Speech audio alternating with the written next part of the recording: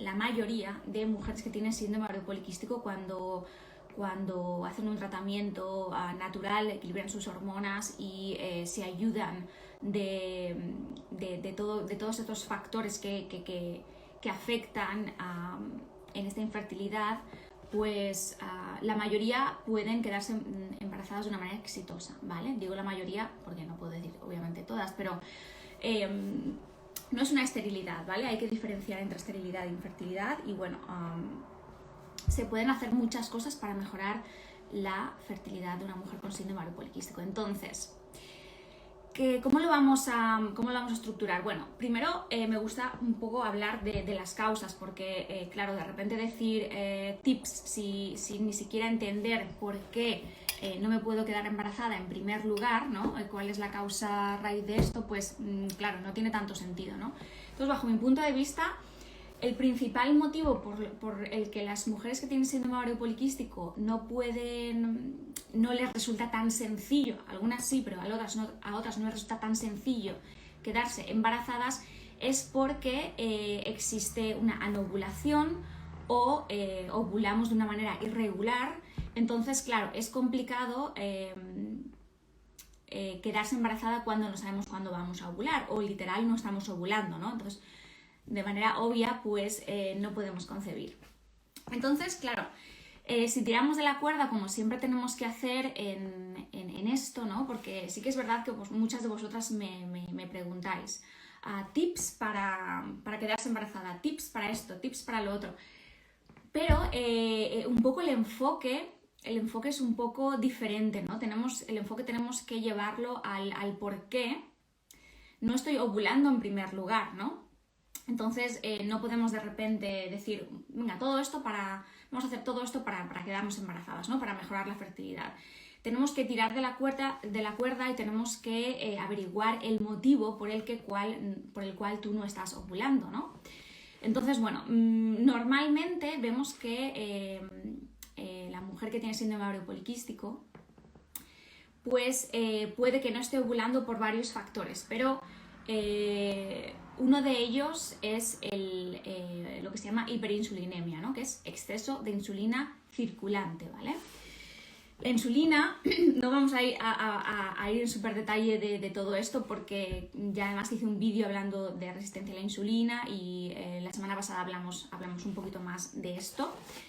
Entonces, bueno, el tema de la insulina es que es una hormona que es producida por el páncreas y las mujeres que tienen síndrome ovario poliquístico, muchas de ellas, una gran mayoría, tiene resistencia a la insulina y exceso de insulina circulante, ¿vale?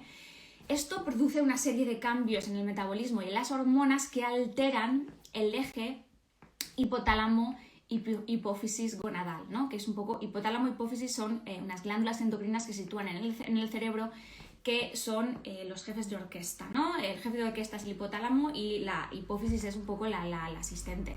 Entonces, estos deciden qué es lo que va a pasar, ¿no? En tus ovarios, ¿no? Ya sea en tus ovarios, también en tu tiroides, en tus glándulas suprarrenales, son un poco los jefes del sistema endocrino, ¿no?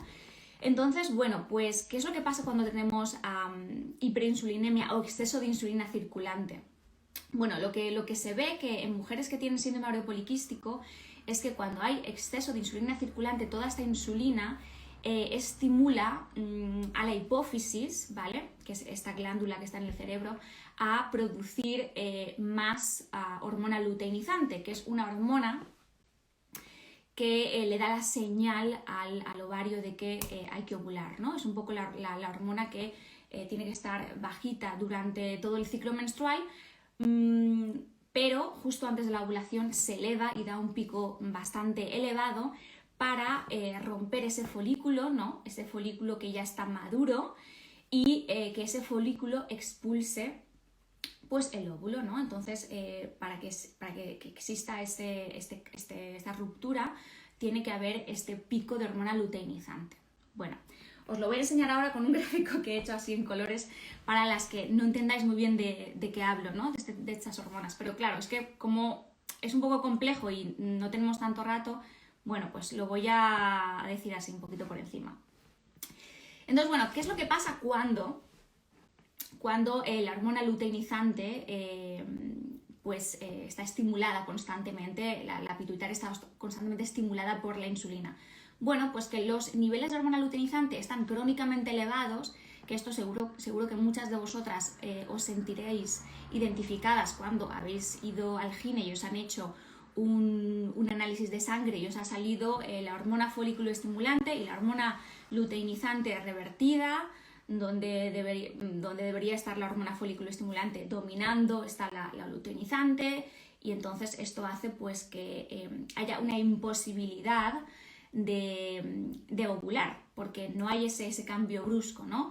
También un poco cómo funciona el hipotálamo y la hipófisis es de la siguiente manera. El hipotálamo le manda una pulsatividad, unos pulsos a la hipófisis para que ésta produzca las gonadotropinas, ¿vale? Que son estas hormonas de las que estamos hablando.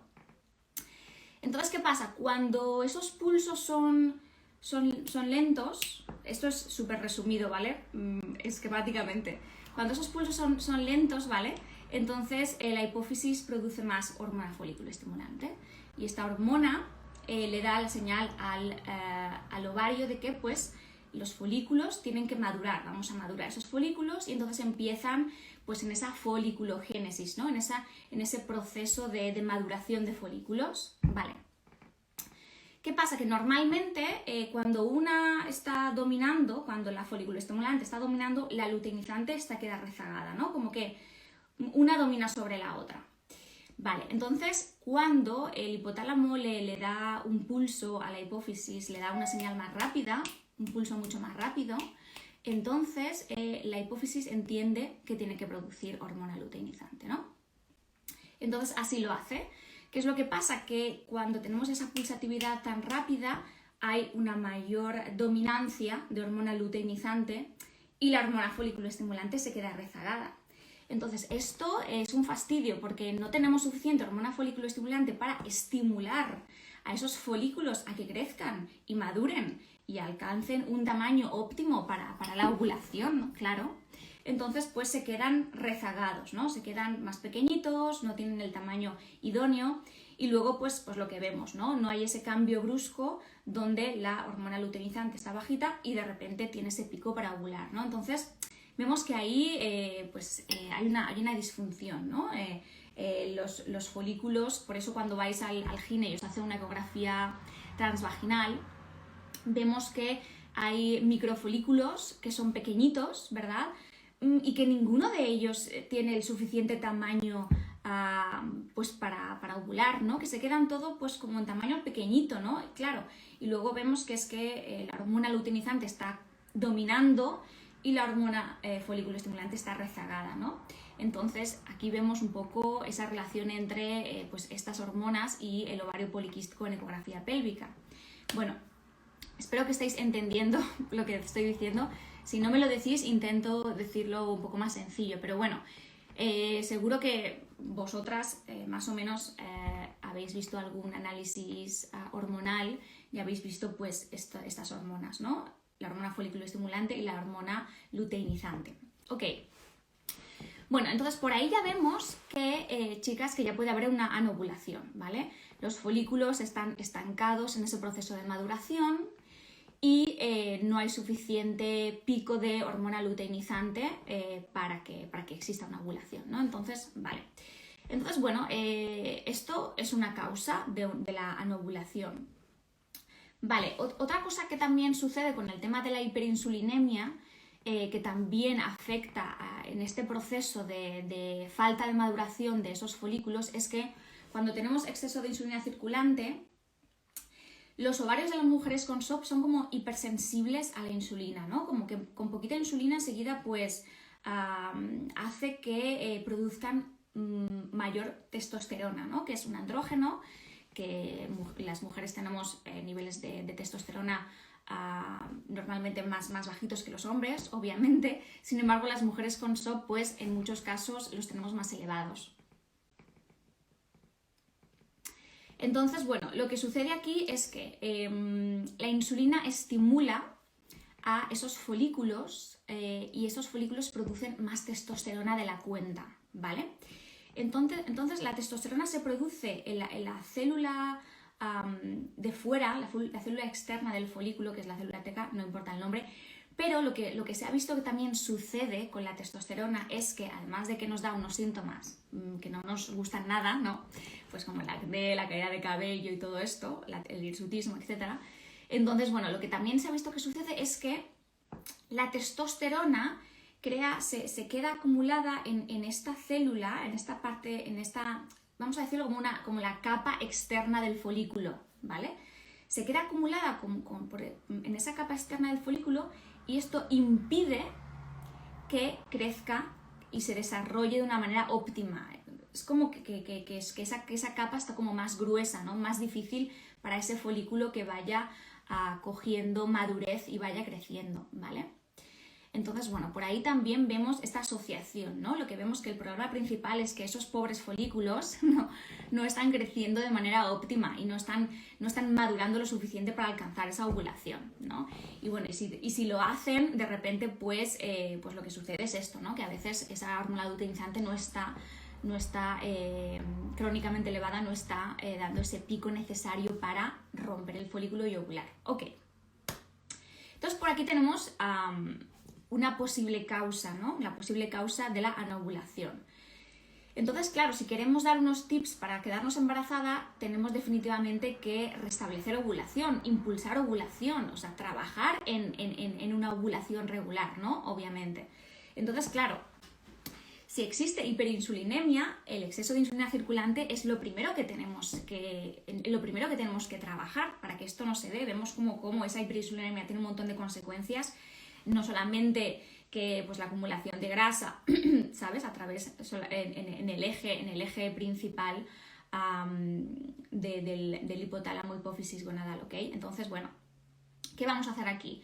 Lo que tenemos que hacer es estrategias que bajen esos niveles de insulina circulante, ¿vale? Que bajen esos niveles de insulina circulante para que pues le demos un descansito a toda esa insulina, ¿sí? Entonces sí que es verdad que hay estrategias que puntualmente pueden tener sentido, como pues por ejemplo que cuando una chica tiene una resistencia a la insulina bastante aguda, a lo mejor hace una dieta keto o una dieta más restrictiva o un ayuno intermitente, algo así, y esto obviamente sí que hace que esos niveles de insulina bajen, ¿no? En picado, ¿no? Sin embargo, no es la solución a largo plazo, porque lo que nos interesa aquí es saber el por qué hay tanta insulina circulante, ¿no? También, o sea, siempre tirando de la cuerda, ¿no? A ver, ¿y por qué? Y preguntándonos cuáles son las causas, ¿no? Entonces, vale. Bueno, esto podría ser una especie de herramienta terapéutica. Sin embargo, chicas, os pido por favor que si pensáis en algún momento hacer la dieta keto, por favor hacerlo con una profesional que os lleve de la mano y hacerlo unas semanas concretas, porque luego podéis pasar fácilmente a una amenorrea hipotalámica, de un SOP a una amenorrea hipotalámica y tener amenorrea no por exceso de insulina, sino porque hay una amenorrea hipotalámica, y esto lo veo todo el tiempo, o sea, absolutamente todo el tiempo veo que mis alumnas pasan de SOP a amenorrea hipotalámica por haberse excedido en sus estrategias, ¿no? Pues con dietas extremas o con muchísimo ejercicio y este tipo de cosas, así que please, si vais a hacer algo así, necesitáis ir acompañadas de alguien, ¿vale?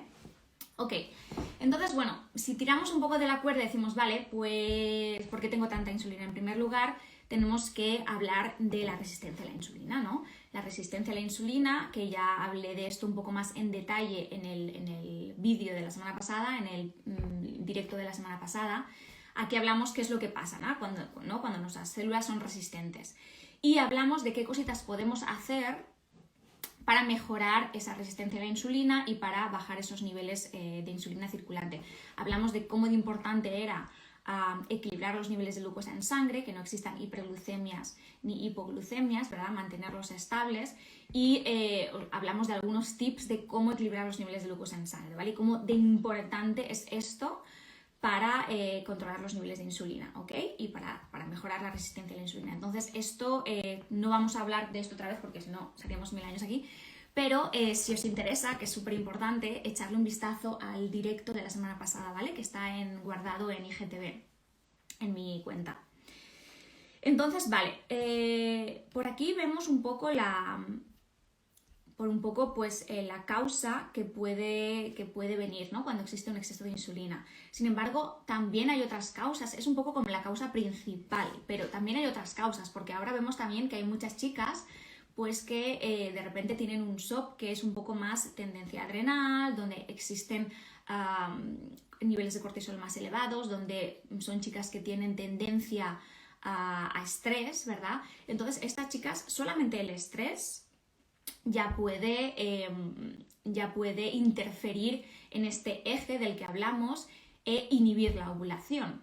O sea, no necesitas un exceso de insulina circulante para que tú inhibas la ovulación, solamente con niveles de estrés crónico elevado o moderado, esto ya es suficiente motivo para que tu hipotálamo diga, ¿sabes qué? No estamos en el mejor momento para concebir.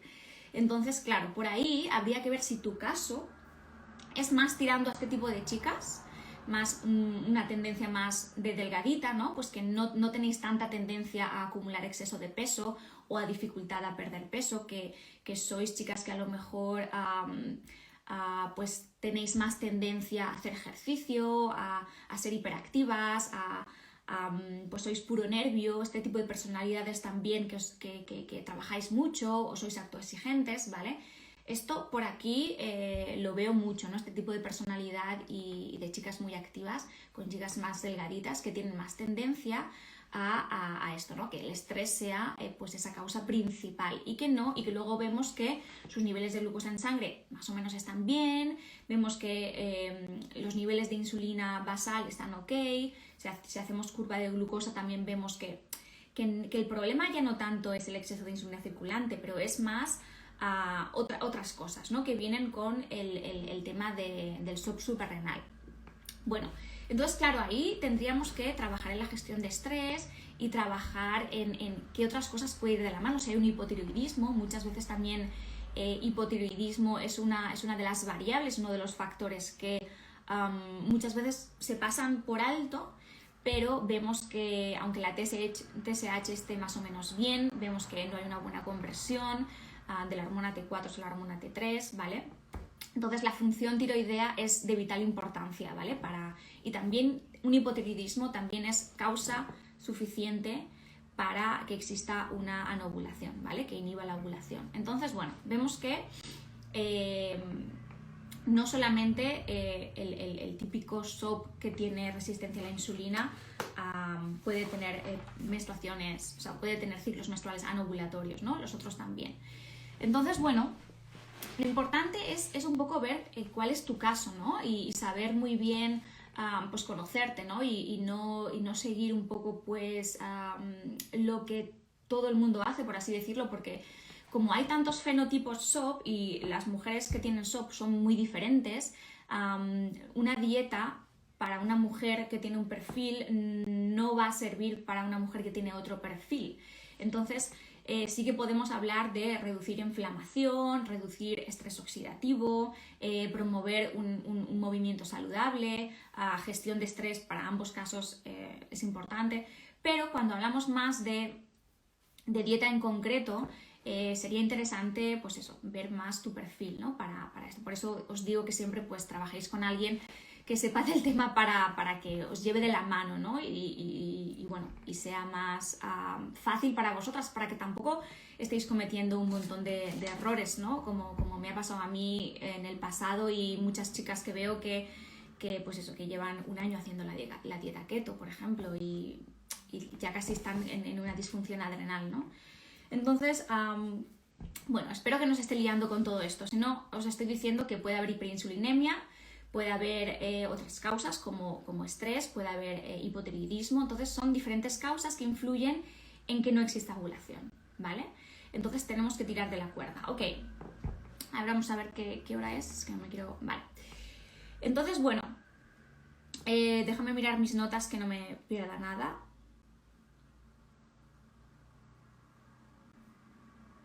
Vale, otra cosa que no había dicho es que hay veces también cuando hay bastante inflamación y estrés oxidativo, que normalmente va de la mano con SOP, ¿no? Una inflamación sistémica de bajo grado, un estrés oxidativo, todo esto se muestra, ¿no? Que va muy de la mano. También vemos que la calidad del óvulo no es buena, ¿no? Entonces, quizás, aunque ese óvulo consiga ovular, luego no hay una buena fertilización de ese óvulo porque tiene una mala calidad. Entonces, aquí habría que trabajar a nivel antioxidante, a nivel antiinflamatorio, a nivel todas esas variables que afectan en la calidad del óvulo, ¿no? Vitaminas y minerales, en fin, todas estas cosas. Entonces, por ahí es otra de las cosas que quizás, aunque haya ovulación, no hay fertilización, que es otra cosa que a tener en cuenta, ¿no? Bueno, entonces vamos a ver ahora qué tips podemos dar para que digas, vale, todo esto muy bien, pero ¿y ahora qué hago yo, no? Entonces, bueno, vamos a las cosas prácticas para que podáis empezar a tenerlas en cuenta y a ponerlo en práctica en casa, ¿vale? Bueno, para mí lo más importante, chicas, es el autoconocimiento, ¿no? Es decir, primero, ¿estoy ovulando o no estoy ovulando? Eso es muy importante saberlo, ¿no? Porque claro, si estás ovulando y sabes más o menos tus patrones de ovulación, puedes más o menos predecir y mantener relaciones sexuales en esa ventana, ¿no? Sin embargo, si no tienes ni idea si estás ovulando o no estás ovulando o cuándo lo estás haciendo, aquí es difícil predecir, ¿no? Porque, claro, a lo mejor, imagínate, pues una chica tiene ciclos menstruales de 35, 40, 45, 50 días y que tengas un ciclo menstrual de 45 días no nos dice necesariamente que no has ovulado. Puedes haber ovulado. El problema es cuándo. Claro. Entonces, claro, lo ideal es conocer bien tu cuerpo y conocer bien las señales que tu cuerpo te da para poder monitorizar esa ovulación si la hay. Y si no la hay, pues saber que no estás ovulando, ¿no? Entonces, bueno, esto se hace a través normalmente, pues del moco cervical, de la temperatura basal, y esto, bueno, pues hay muchas chicas que también acompañan con el método sintotérmico y podéis hacer un trabajo más exhaustivo con estas chicas que acompañan. Sin embargo, lo importante es saber que los estrógenos, ¿vale? Los estrógenos normalmente es la hormona encargada de pues, el moco cervical. Entonces, cuando los niveles de estrógeno... Mira, os he dejado aquí esto que lo he hecho para que lo miréis. No sé si os va a liar más o os va a aclarar un poco. Pero mira, esto, decidme si lo veis. Esto es un ciclo menstrual, ¿vale? Entonces aquí vemos que hay un montón de hormonas. De hecho, hay 4 hormonas. Está la hormona luteinizante, la hormona folículo estimulante, está estrógenos y está progesterona. Entonces, mirad, este es el día 1 del ciclo, que es cuando te viene la menstruación. Y bueno, este ciclo es de 28 días, pero realmente no tiene por qué ser de 28 días tu ciclo. Entonces lo que vemos aquí es que al principio, cuando empieza el ciclo, las hormonas están bajitas. Esto es un ciclo normal, ¿eh?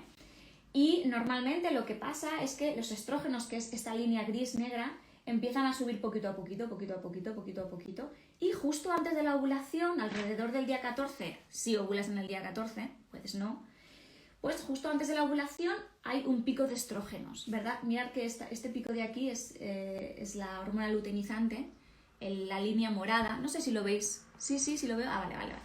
Bueno, pues entonces la morada sería la hormona luteinizante, chicas, que veis que está normalmente bajita, y hay un pico justo antes de la ovulación, lo que hace que pues se expulse, se abra ese folículo y expulse el óvulo, ¿vale? Que es un poco este dibujito que he hecho aquí, que veis, esto es la foliculogénesis, ¿no? El folículo pequeñito va madurando, alcanza un tamaño óptimo para ovular, y con ese pico de hormona luteinizante es cuando se rompe y expulsa el óvulo, luego este óvulo se va por ahí, trompas de falopio, vale.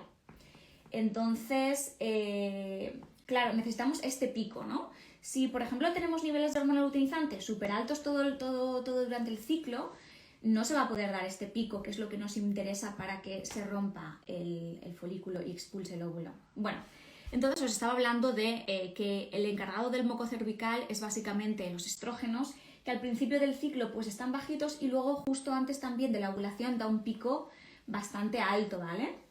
Y luego pues en la fase lútea pues hace otro pico para arriba, pero este pico de aquí nos dice, nos dice que se aproxima la ovulación. No la podemos nunca como predecir, como confirmar, ¿no? O sea, confirmar, porque puede darse casos donde vemos moco cervical del tipo fértil y que luego no hay ovulación. O sea, realmente no hay nada que sí que lo confirma solamente la temperatura, ¿no?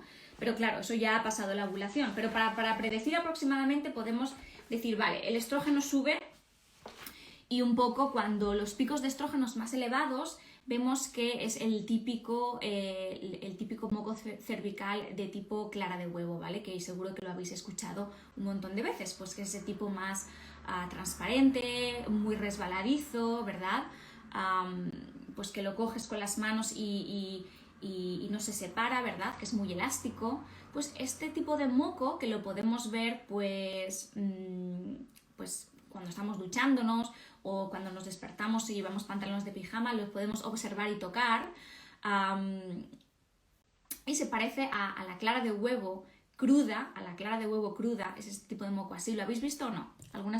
Decidme si lo habéis notado alguna vez.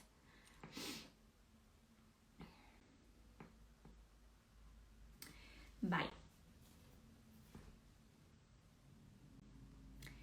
Entonces, nada, realmente lo que sucede aquí es que con ese pico de estrógenos vamos a notar que la ovulación se avecina. Sí, decís todas, perfecto. Que la ovulación se avecina, ¿vale? Entonces, lo ideal es que si estáis buscando embarazo, empecéis ya ahí a tener relaciones sexuales, ¿no? Porque esa es la ventana de fertilidad, que como os he dicho, no garantiza que vayáis a ovular, pero te lo está avisando, ¿no? Por así decirlo, te está avisando que tu cuerpo se está preparando para ovular. Vamos a intentar ovular, por lo menos. Algunas decís que no, que me cuesta mucho. Claro, hay que tener un poco de conexión con tu cuerpo, ¿no? De ser bastante, de observar bastante tu cuerpo y estar constantemente pues mirando, ¿no? ¿Qué está pasando? Sí que es verdad que hay mujeres que tienen síndrome ovario poliquístico que ven este tipo de moco cervical, de clara de huevo cruda, en diferentes momentos del ciclo y es un poco confuso, ¿no? Pero claro, esto también nos dice que quizás tu cuerpo está intentando ovular varias veces, pero no lo está consiguiendo, ¿no? Entonces, bueno, pues siempre es interesante, ese es el primer tip que os doy, siempre es interesante si buscáis embarazo, el tener relaciones sexuales cuando veáis este moco, ¿no? Este moco cervical, ¿vale? Entonces, si queréis ir un poco más de la mano con una chica, creo que estaba por aquí Cristina de Luna Fértil, así que ir a verla, que ella es monitora del método sintotérmico y explica esto muchísimo mejor que yo. Entonces, bueno, luego está la temperatura basal, que es pues el tomarse la temperatura todas las mañanas para saber qué temperatura tienes en un estado de reposo absoluto, ¿vale? Sin salir de la cama ni nada, simplemente cuando te despiertas y abres los ojos, tomarte la temperatura con un termómetro basal, ¿vale? Que tenga 2 decimales, que sea específico para temperatura basal, y si tú eso lo haces todos los días, cuando se ovula, normalmente la progesterona es termorreguladora y te aumenta un poquito la temperatura basal. Entonces vemos muchas veces esas gráficas de temperaturas más bajitas, sobre 36,5, y luego de repente pues hay una curva que se mantiene elevada hasta cuando termine la menstruación, y esa parte es la progesterona que tiene este efecto que sube la temperatura.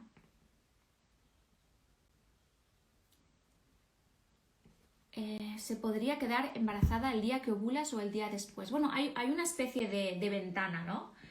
De ventana fértil. Hay varios días de ventana fértil para que te quedes embarazada. No tienes que mantener relaciones sexuales exactamente el día que ovulas, porque el esperma puede vivir varios días dentro de ti gracias a este moco, ¿no? ¿Tiene que tomarse todos los días a la misma hora? Esto idealmente sí, idealmente sí. Sin embargo, creo que Cristina me contó que había un truquito, que si no... Eso seguro que ella lo sabe. No sé si está por aquí, lo puede decir ella, Cristina, el truquito ese, si no es exactamente la misma hora, había que restar o sumar. Esto yo no soy experta en esto, ¿no? Pero en principio debería de ser a la misma hora y debería de ser pues siempre en las mismas condiciones, es decir, que tú hayas reposado por lo menos 5 o 6 horas, que no te hayas despertado varias veces pues a lo que sea, ¿no? Al baño, cualquier cosa, y antes de hacer nada, ¿no? Antes de hacer nada por las mañanas, ¿no? Lo ideal es que tú tengas tu termómetro ahí en la mesita de noche y nada más abras los ojos, pues te midas la temperatura basal, ¿no? Te la pongas debajo de la lengua, que es normalmente como se hace. Bueno, después voy a ver vuestras preguntitas, ¿vale? Que me estáis haciendo. Entonces, bueno, esto realmente ¿por qué es importante? Porque nos estamos conociendo. Si vemos que siempre aproximadamente ovulamos el día 14, el día 16, el día 18, pues entonces decimos, pues mira, tengo este tipo de patrón, ¿no? Tengo un patrón que más o menos siempre ovulo alrededor de este día. O mira, pues este mes no he ovulado, porque así me lo ha dicho la temperatura. Y entonces pues vas teniendo una relación con tu cuerpo más de autoconocimiento y vas conociendo pues las señales que tu propio cuerpo te da, ¿no? Y utilizando estas herramientas también. La temperatura basal es interesante para cuando estamos ovulando, ver un poco esos niveles de progesterona, si están óptimos o no están del todo óptimos. Esto también es importante porque al final pues la progesterona es la hormona que va a facilitar o va a ayudar a mejorar ese endometrio para la implantación, ¿no? Entonces, bueno, nos da diferente información. El autoconocimiento es súper importante a la hora de buscar embarazo con síndrome ovario poliquístico, ¿no? Este era mi punto. Entonces, a través del método sintotérmico y de pues, el registro, ¿no? Y la monitorización del ciclo menstrual. Ok. Vale. Entonces, bueno, a través, otras cosas que podemos hacer, hemos hablado un poquito también de cómo impulsar la ovulación. Hemos dicho que reducir esos niveles de insulina circulante es importante, ¿vale? Y luego había muchas de vosotras que me decíais complementos, ¿no? ¿Qué complementos son interesantes para impulsar esa ovulación? Entonces, en cuanto a complementos, ya sabéis que es un poco específico porque como sabemos hay diferentes tipos de SOP. Claro, no le va a ir, no es lo mismo pues un suplemento más para una chica que tiene tendencia a amenorrea hipotalámica o una chica que tiene hipotiroidismo o una chica que tiene una mala salud intestinal o una chica que tiene más resistencia a la insulina, ¿vale? Entonces, como hay diferentes perfiles, esto lo ideal es que pues sea más personificado en tu caso, ¿no? Pero, hablando de términos generales, os voy a decir a mí los que más me gustan para concebir de manera natural y un poco la experiencia que yo he tenido pues con mis clientas y conmigo, ¿no? Que yo también pues soy mamá con SOP. Entonces, vale. Primero, inositol, ¿vale? Que seguro que habéis hablado millones de veces de este. Funciona muy bien y tiene prácticamente ningún efecto secundario. Lo bueno también es que cuando estás tomando inositol y te quedas embarazada, inositol es completamente seguro. Es decir, puedes tomar inositol durante el embarazo. Que esto quizás no es lo mismo cuando estás tomando pues alguna hierba medicinal, así un poco más puntual, que imagínate pues que te quedas embarazada y no lo sabes, a lo mejor llevas 6 semanas embarazada fácil o 8 semanas embarazada fácil, y como también pues muchas veces tenemos ciclos menstruales tan largos, pues quizás no nos hemos dado cuenta y te sigues tomando pues esa hierba medicinal, que no significa que vaya a ser contraproducente, pero no tenemos suficiente data, no tenemos la ciencia no ha demostrado que vaya bien ni que vaya mal, entonces no hay suficiente información para poder recomendar a mujeres que están embarazadas algunas hierbas medicinales, ¿no? Podría ser contraproducente. Entonces, bueno, lo ideal es que si estás tomando alguna hierba medicinal en concreto, lo ideal es que la estés tomando durante un tiempo, haga su función de impulsar la ovulación y después, si quieres ser mamá, pues ya no la tomes, ¿no? Entonces, inositol, por ejemplo, sí que es un complemento que es muy interesante y que lo podéis tomar cuando estáis embarazada. Y bueno, pues tiene un montón de funciones, ¿no? Su principal función básicamente es mejorar la sensibilidad a la insulina, ¿vale? Esto porque es importante, pues por esa resistencia a la insulina y ese exceso de insulina circulante, ¿no? Que era el principal motivo por el cual pues no ovulamos, ¿no? Entonces, inositol también mejora la calidad del óvulo, que es otra de las cosas que pasa mucho con chicas con SOP, que como hay tanta inflamación y estrés oxidativo, vemos que hay mala calidad del óvulo, ¿no? Bueno, pues inositol también mejora la calidad del óvulo, también mejora la ansiedad y bueno, en verdad tiene un montón de beneficios. En cuanto a la dosis y tal, depende de cada persona, pero un poco por términos generales se recomiendan 4 gramos por día, ¿vale? 2 y 2. Sin embargo, hay personas que no necesitan tanto, a lo mejor con 2 gramos diarios es suficiente, ¿vale? Entonces, bueno, eso es un poco en general lo que se recomienda, pero vale, pues siempre mirar vuestro caso, ¿vale? Ok, entonces, inositol me interesa. Luego, hemos dicho también que las mujeres que tienen síndrome ovario poliquístico tienen tendencia a inflamación sistémica de bajo grado y estrés oxidativo.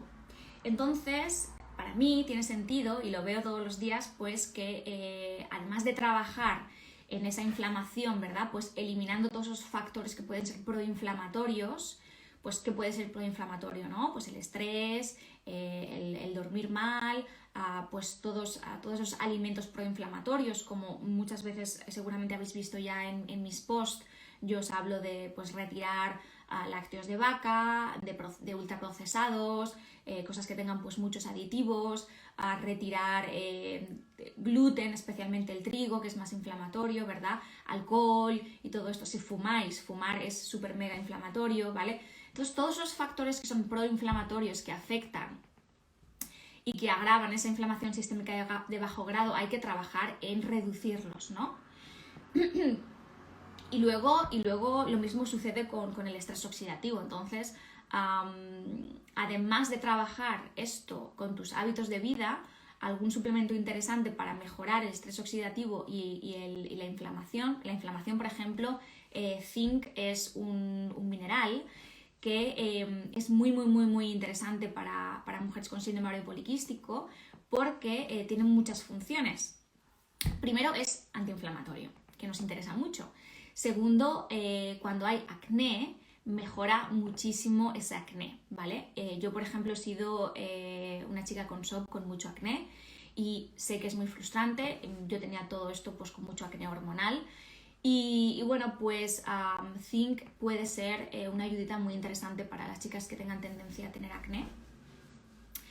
¿Y qué más podemos decir? Acné y cumple un papel súper importante en el ciclo menstrual, mejora la conversión tiroidea, es crucial para la conversión de la hormona T4 en la hormona activa T3 de la tiroides, ¿vale?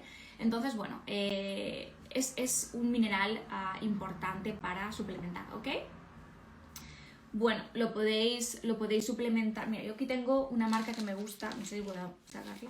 No puede publicidad, no. Esta marca me gusta bastante. La compré en Amazon, se llama Natural Elements.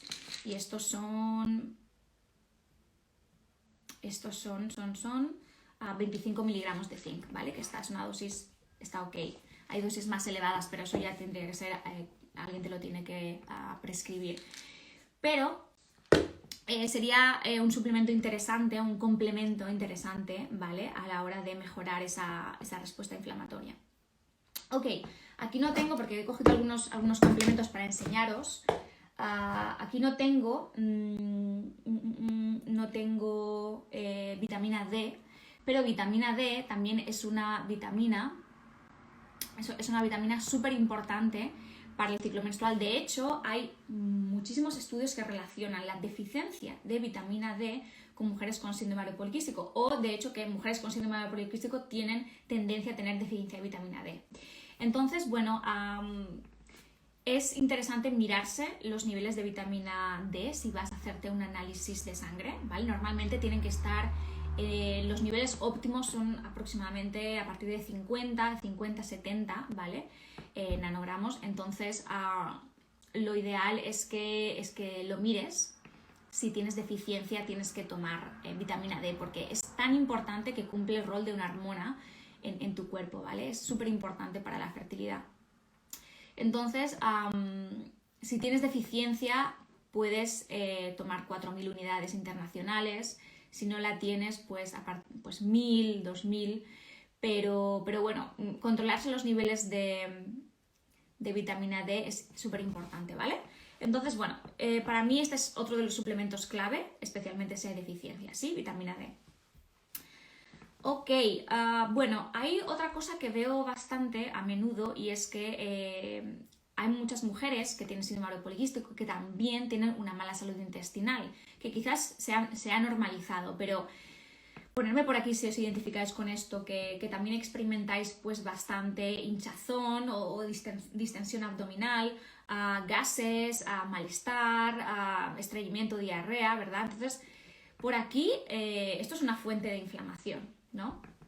Entonces, hay que mejorar esa salud intestinal no vamos a ir por ahí porque eso nos daría para otro directo, pero la toma de probióticos puede ser interesante para mejorar esa disbiosis, ¿no? Si la existiese, y pues alimentar a tu microbiota. Entonces, bueno, es otro complemento, la toma de un buen probiótico. A mí, por ejemplo, mi favorito es este, lo voy a enseñar, que es el de Megaspore Biotics, se llama, ¿vale?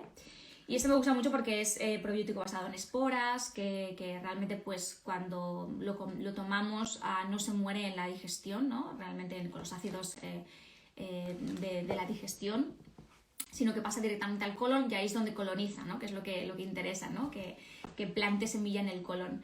Y bueno, esto lo que pasa es que creo que no se puede comprar si no tienes una referencia, ¿no? de un practicante de salud. Entonces, si os interesa tomar ese que yo lo tomo, escribidme por privado y yo os pasaré mi referencia si lo queréis, ¿no? Y si no, pues bueno, aseguraros que es un probiótico de buena calidad. Vale, ¿qué más? En cuanto a la inflamación, que estamos hablando de inflamación, otra de las cosas que es interesante para reducir esa inflamación sistémica, especialmente si va de la mano con otros síntomas de inflamación, es decir, si vosotras experimentáis dolores de cabeza, dolores menstruales, cuando os baja el periodo o os duele, o incluso dolores en las articulaciones, dedos, rodillas, o incluso problemas en la piel tipo eczema, psoriasis, ya no tanto acné hormonal, pero este tipo, o alergias, intolerancias. Cuando hay este tipo de síntomas, vemos que la inflamación es más aguda. Entonces, especialmente, yo tomaría cúrcuma, ¿vale? Porque dicen que es el antiinflamatorio más potente que existe, ¿no? De manera natural. Y bueno, yo no sé si se ve, yo compro este de la marca Avalabs, que es una marca que me gusta mucho, creo que, no sé si es de Noruega, creo que Noruega. Pero bueno, me gusta, tienen varios suplementos ellos y me gusta bastante esta marca, ¿vale? No la patrocino ni nada, pero bueno, me gusta. Y nada, entonces pues cúrcuma sería otro complemento interesante para todas aquellas, ojo que estamos hablando de todo casos generales, si tenéis alergias o cualquier cosa, no lo compréis, luego me denunciéis, Pero bueno, funciona muy bien cuando existe inflamación, ¿vale? Sistémica de bajo grado. Entonces, ¿qué más? Luego tengo otro complemento que estoy probando ahora, que os quería enseñar más adelante, que es el Fem Balance, que es de B-Levels, que bueno, me han mandado para que lo pruebe, que me parece muy interesante. Lo estoy probando ahora, que tiene Vitex, que tiene inositol, tiene vitamina C, tiene vitamina C, que es un antioxidante, nos interesa. Tiene vitamina B6, B12, bueno, tiene vitaminas, minerales, hierbas medicinales, tiene inositol, en fin, tiene muy buena pinta. Y nada, y lo estoy probando, entonces os diré más adelante, pero bueno, tiene una formulación muy interesante también. Pues el Vitex, por ejemplo, es una hierba medicinal que puede impulsar la ovulación cuando hay estados de amenorrea, cuando no tenemos menstruación, y puede impulsar la ovulación, y normalmente pues se toma durante unos meses y luego es como que restaura ese eje hipotálamo hipófisis gonadal, y luego pues tú recuperas tu ciclicidad, ¿no?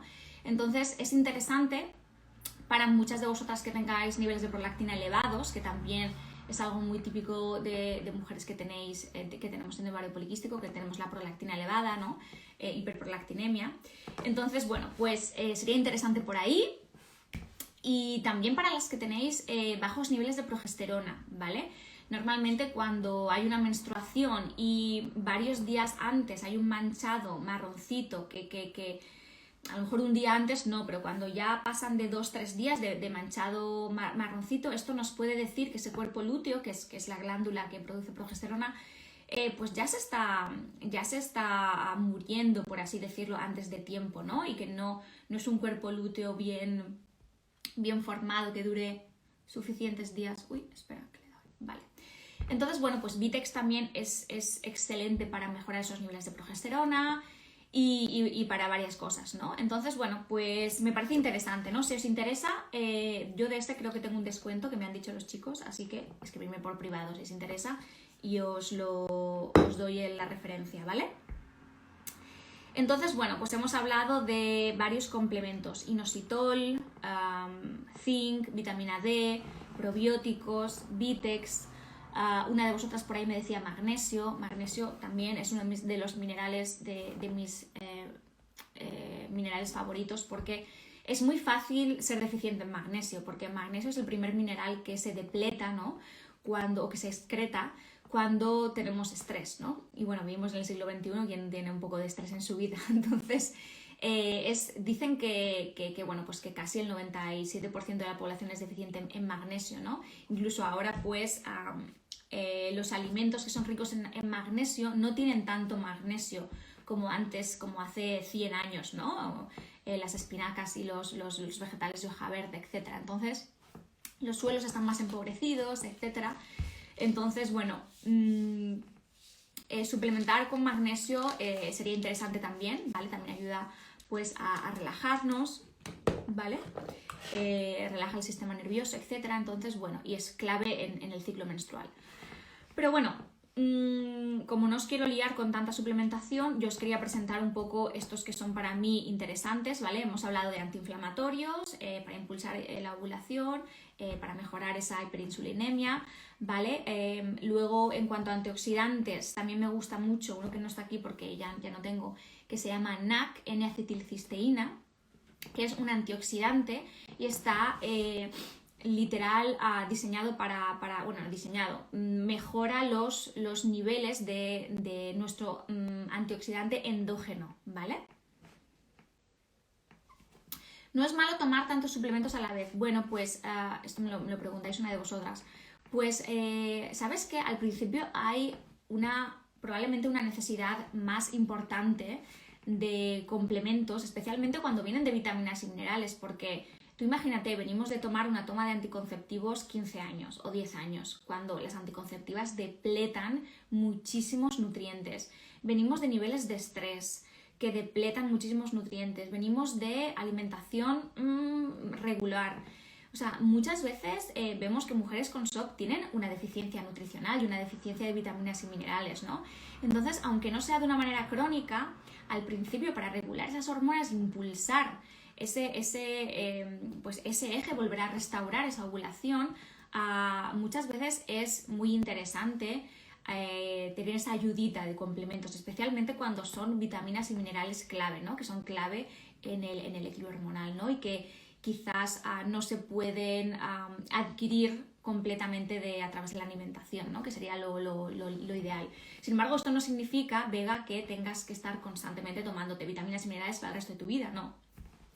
Pero tienen un momento y un lugar, ¿vale? Yo soy partidaria en su momento, en su lugar, y nunca reemplazando los demás hábitos de vida. que esto siempre, os lo digo, es lo más importante, ¿no? Pues una buena alimentación, movimiento, una buena higiene del sueño, la gestión de estrés, minimizar la exposición a toxinas medioambientales, gestión emocional, todas estas cosas son básicas, ¿no? Si esto no lo tenemos, no estamos trabajando en ello y nos tomamos o todos estos, pues no va a tener el efecto que deseamos, ¿no? Entonces tiene que ser un complemento a nuestro plan, ¿no? Ay, qué bonita Cristina. Mirad, Cristina es la chica que os digo que es experta en método sintotérmico, así que iré a su perfil, se llama luna.fertil, ¿vale? Que está aquí, la tenéis aquí en el chat. Entonces, bueno, pues esto es un poco lo que yo veo, ¿no? Si estáis buscando embarazo, podéis llevar ese enfoque. Y también un buen prenatal también sería interesante, que tenga pues todo el grupo de vitaminas del grupo B, ácido fólico, ¿vale? Mejor la metilfolato, que es un poco pues la opción natural. ¿Qué otra cosa os quería comentar? ¿Qué otra cosa os quería comentar? Bueno, para hacer un recap, hemos hablado de conocer tu ciclo menstrual, ¿vale? A través de la monitorización de la ovulación. Hemos hablado de qué podemos hacer para impulsar esa ovulación, ¿vale? Y hemos dicho pues, que es importante reducir esos niveles de insulina circulante, ¿vale? A través de pues, el equilibrio de niveles de glucosa en sangre. Esto lo tengo en otro vídeo, ¿vale? Lo digo porque para no hablar todo el rato de lo mismo. Y luego hemos hablado un poco de qué complementos pueden ser interesantes en ciertos momentos. Las hierbas medicinales, lo ideal sería pues que las estés tomando para regular tu ciclo y después las dejes y ya pues busques embarazo, ¿no? Eso es un poco lo que bajo mi punto de vista sería lo más acertado, especialmente si no vas con nadie de la mano, ¿no? Si vas con alguien de la mano que te puede ayudar y que te puede dar unas pautas, entonces pues sigue sus indicaciones, ¿no? Y luego hemos hablado de estos complementos. Otras de las cosas que quería comentaros, que me preguntáis muy a menudo, y antes de que nos vayamos quería hacer un punto, ¿no? En cuanto a las test de ovulación, que muchas de vosotras los compráis para saber si estáis ovulando, ¿no? Las mujeres que tienen... Sí que voy a guardar el directo. Las mujeres que tienen niveles de hormona luteinizante crónicamente elevado, lo que pasa muchas veces es que estos test de embarazo, de ovulación, perdona, pueden ser muy confusos porque los vemos borrosos, los vemos que no está clara la línea, vemos que de repente hay un falso positivo, vemos que... Mira, está Cristina hablando de las reglas del método sintotérmico para ajustar la temperatura, lo que se estaba diciendo antes. Mira, que tiene mucha info en su perfil, ¿vale? Pues pasaros por ahí y lo veis. Entonces, claro, lo que se estaba diciendo, ¿vale? Pues que estos test de ovulación, cuando os he dicho tenemos la hormona luteinizante que debería de estar bajita y de repente un pico y la tenemos crónicamente elevada, pues claro, lo que está intentando medir estos test de ovulación es este pico, ¿verdad? Es este pico. Pero si esta hormona está elevada, va a ser muy confuso porque vamos a ver borroso, vamos a ver falsos positivos, vamos a ver cosas raras, ¿no? Y no va a ser claro. Por eso yo no lo acabo de recomendar para las mujeres que tienen síndrome ovario poliquístico y que tienen esta relación hormona folículo estimulante, hormona luteinizante alterada, ¿no? Revertida. No lo recomendaría mucho porque muchas veces os volvéis un poco locas con los resultados, ¿no? ¿Os ha pasado alguna vez?